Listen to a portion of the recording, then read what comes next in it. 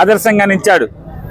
ఏ పార్టీకి సంబంధించిన వాడే సరే, ఏ దేశంలో అయినా సరే రాజకీయ నాయకుడు జనం కోసం ఇలా బతకాలి అని రాజశేఖర రెడ్డి గారు అలా బతికి చూపించాడు. కానీ 75 ఏళ్ళు, 14 ఏళ్ళు ముఖ్యమంత్రి, 15 ఏళ్ళు ముఖ్యమంత్రి, ఎవరికో ఏం ఆదర్శం చూపిస్తూ మనం బతుకుతున్నాం? రేపు మీరు వెళ్ళిపోయిన తర్వాత మీ గురించి ఏం మాట్లాడుకోవాలి? ఇటువంటి తప్పుడు మాటలు కూడా మాట్లాడాడు రాజకీయాల కోసం అని చెప్పి మాట్లాడుకోవాలా?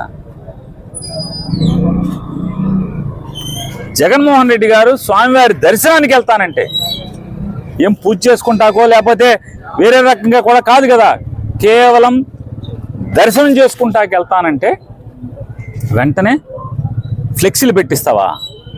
తిరుమలలో ఎప్పుడన్నా నువ్వు అక్కడే పుట్టానంటున్నావు కదా, ఎప్పుడన్నా తిరుమలలో అన్యమతస్తులు డిక్లరేషన్ ఇవ్వండి అని చెప్పని ఎప్పుడన్నా బోర్డు కడతాం చూసారా? అంటే జగన్మోహన్ రెడ్డి గారు వస్తున్నారంటే ఆ మధ్యాహ్నం కడతారు, ఆయన్ని రావట్లేదు, వీళ్ళందరూ కూడా ఆ కార్యక్రమాన్ని రచ్చ చేయాలనుకుంటున్నారు.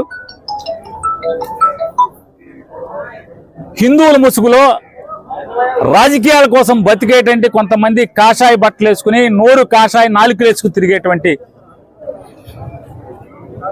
దొంగ భక్తులు ఎవరైతే ఉన్నారో, హిందూ మతానికి మేమే రిప్రజెంటేషన్స్ అని చెప్పని కేకలు బొబ్బలు పెట్టేటువంటి వ్యక్తులు ఎవరైతే ఉన్నారో వాళ్ళు పోగేసి వాళ్ళని జగన్మోహన్ రెడ్డి గారి ఇంటి మీదకి పోలీసుల రక్షణతో కాషాయ రంగు గేట్లకు పిలిపిస్తావు.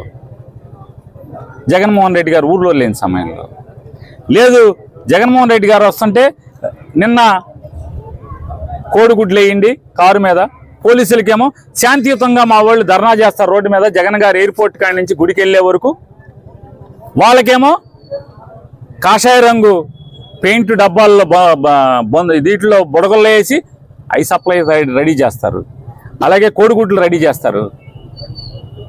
రెడీ చేసి అవమానించి ఆ వీడియోలన్నీ కూడా మీ తప్పుడు మనుషులతో ఇవన్నీ చేయించి అక్కడ అల్లరి అలజడి సృష్టించాలి.